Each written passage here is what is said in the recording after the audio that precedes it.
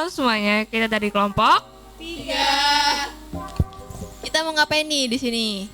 Oke, jadi kita di sini itu mau ngebahas bincang-bincang tentang kawasan ekonomi khusus di Kupang. Jadi untuk teman-teman yang penasaran, yang nggak pernah lihat atau kesana langsung, mungkin bisa tonton videonya sampai habis. Kita bakal ngejelasin secara singkat tentang kawasan ekonomi khusus di Kupang sendiri.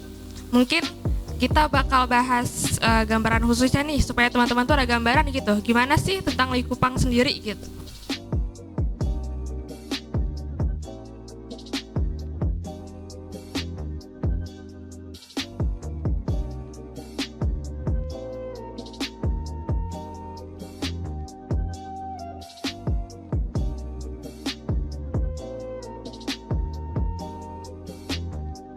Jadi buat teman-teman yang nggak tahu, kawasan ekonomi khusus Likupang ini terletak di Kabupaten Minahasa Utara, Provinsi Sulawesi Utara dengan luas 197,4 hektar.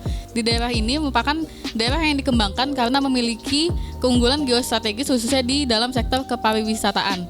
Kawasan ini bisa ditempuh dalam waktu 90 menit hingga 2 jam melalui jalur darat. Oke, jadi untuk kawasan Likupang sendiri itu destinasi apa aja sih yang bisa dipilihan untuk turis datang ke sana?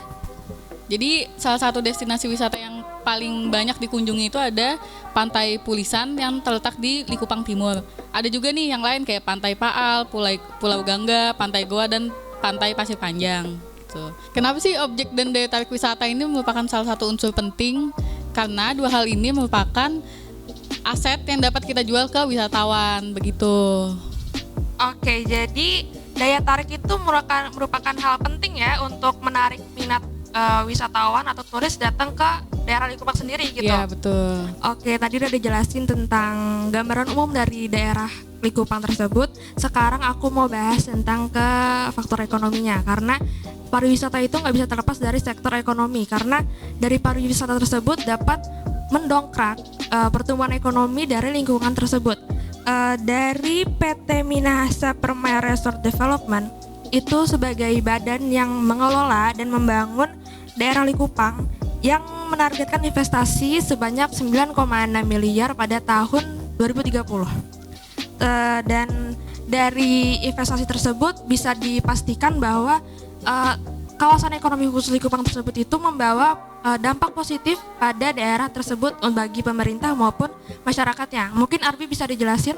Dari data yang saya baca sendiri, penduduk di daerah kawasan ekonomi khusus Likupang itu sebanyak 224.993 jiwa dengan kepadatan 212 km persegi. Upaya yang dilakukan pemerintah dalam melibatkan masyarakat yang ada di sekitar sana adalah melalui program. Nah, pemerintah itu memiliki program yang dinamakan dengan program Sabta Pesona. Jadi program ini memiliki visi dan misi mencakup keamanan, ketertiban, kenyamanan, keindahan, keramahan, dan kebersihan. Jadi pemerintah itu tidak hanya mementingkan ekonomi untuk pemerintahnya sendiri, tetapi pemerintah juga merangkul masyarakat yang ada di sana untuk membangun ekonomi yang ada di sana. Jadi penduduk itu tidak lepas dari faktor ekonomi yang ada, gitu Mbak Ara.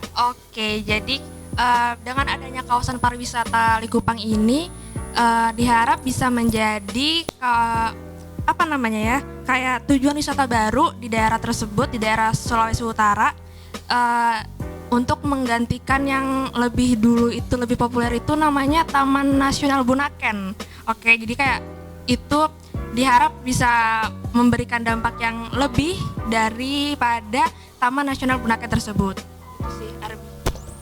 Terus di sini tercatat pada tahun 2018 dari internasional turis itu mendapatkan sebanyak 124.000 per pax dan ditargetkan untuk tahun 2030 mencapai 1.500.000 pax. Nah, terus tercatat income-nya untuk di tahun 2018 itu yang masuk ke pemerintah sebesar 140 juta US dollar dan ditargetkan pada tahun 2030 mencapai 2,4 miliar US dollar. Nah, begitu. Oke, dari tadi kita udah bahas tentang aspek ekonominya. Sekarang aspek yang lebih penting tuh apa sih dari Likupang ini? Udah pasti pariwisata. Sekarang teman aku mau bahas tentang aspek pariwisata dari kawasan ekonomi khusus Likupang. Dari aspek pariwisata dari Likupang ini tentu itu adalah pantainya.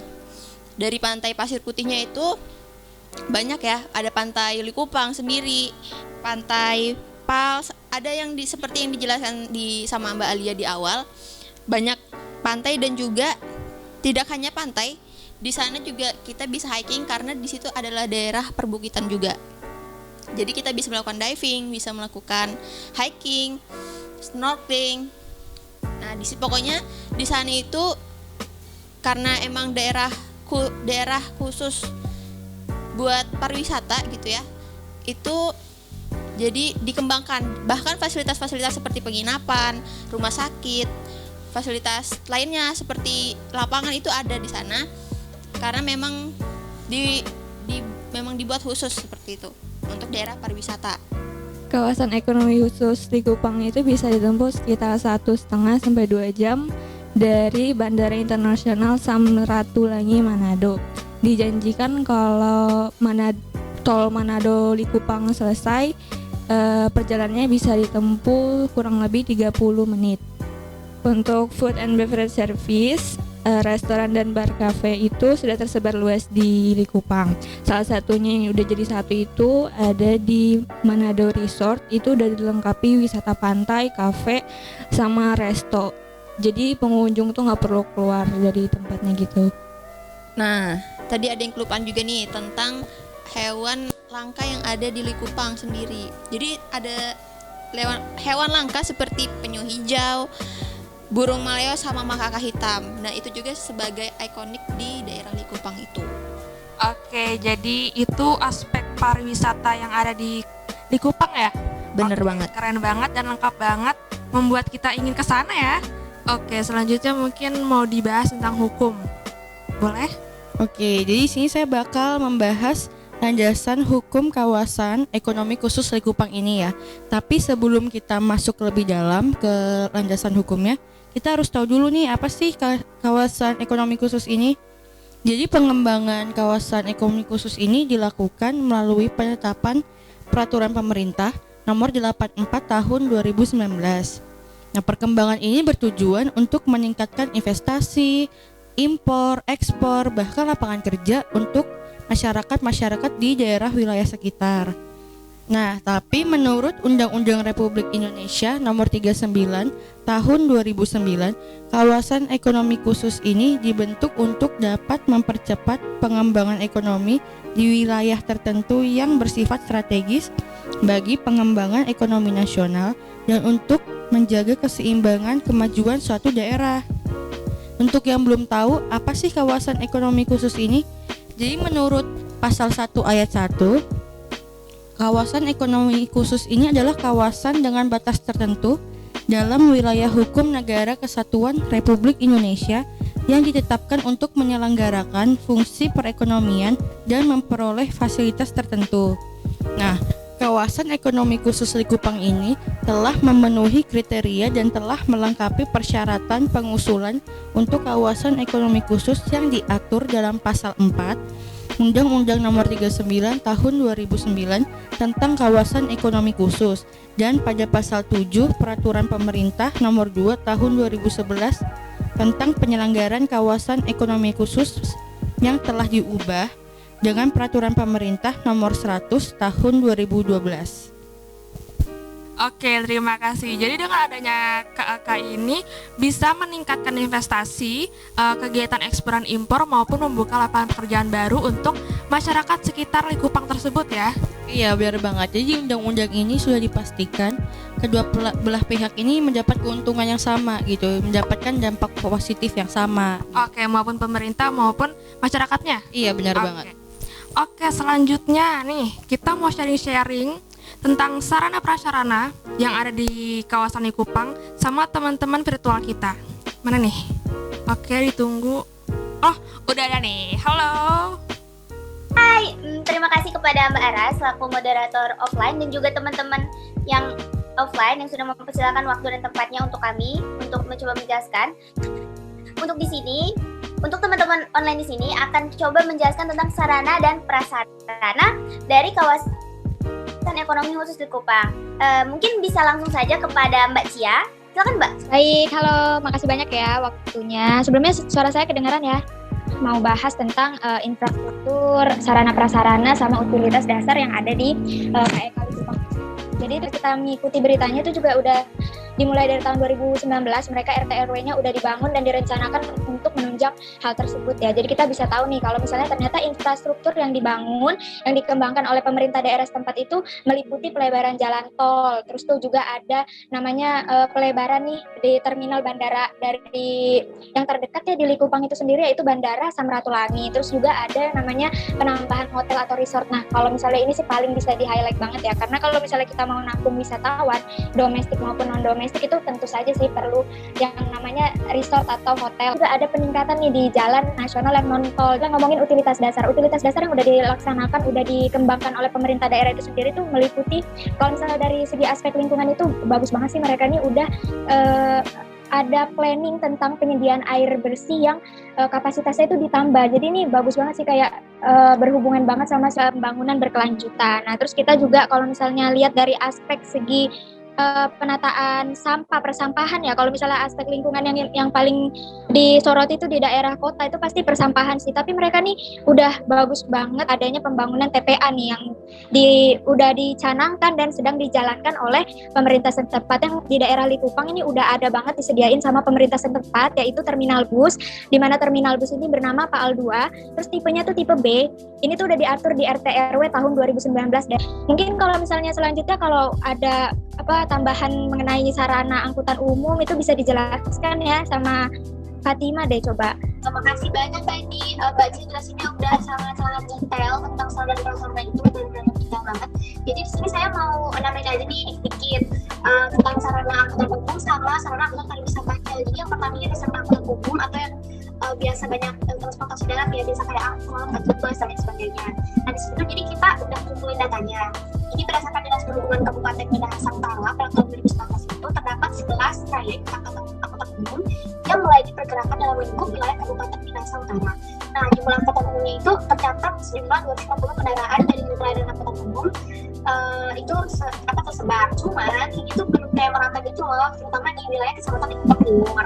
Sebenarnya 250 itu udah banyak banget ya, udah kita gampang gitu mau kemana-mana, misalnya angkot dan lain sebagainya. Kemudian yang kedua ini ada sarana angkutan pariwisata.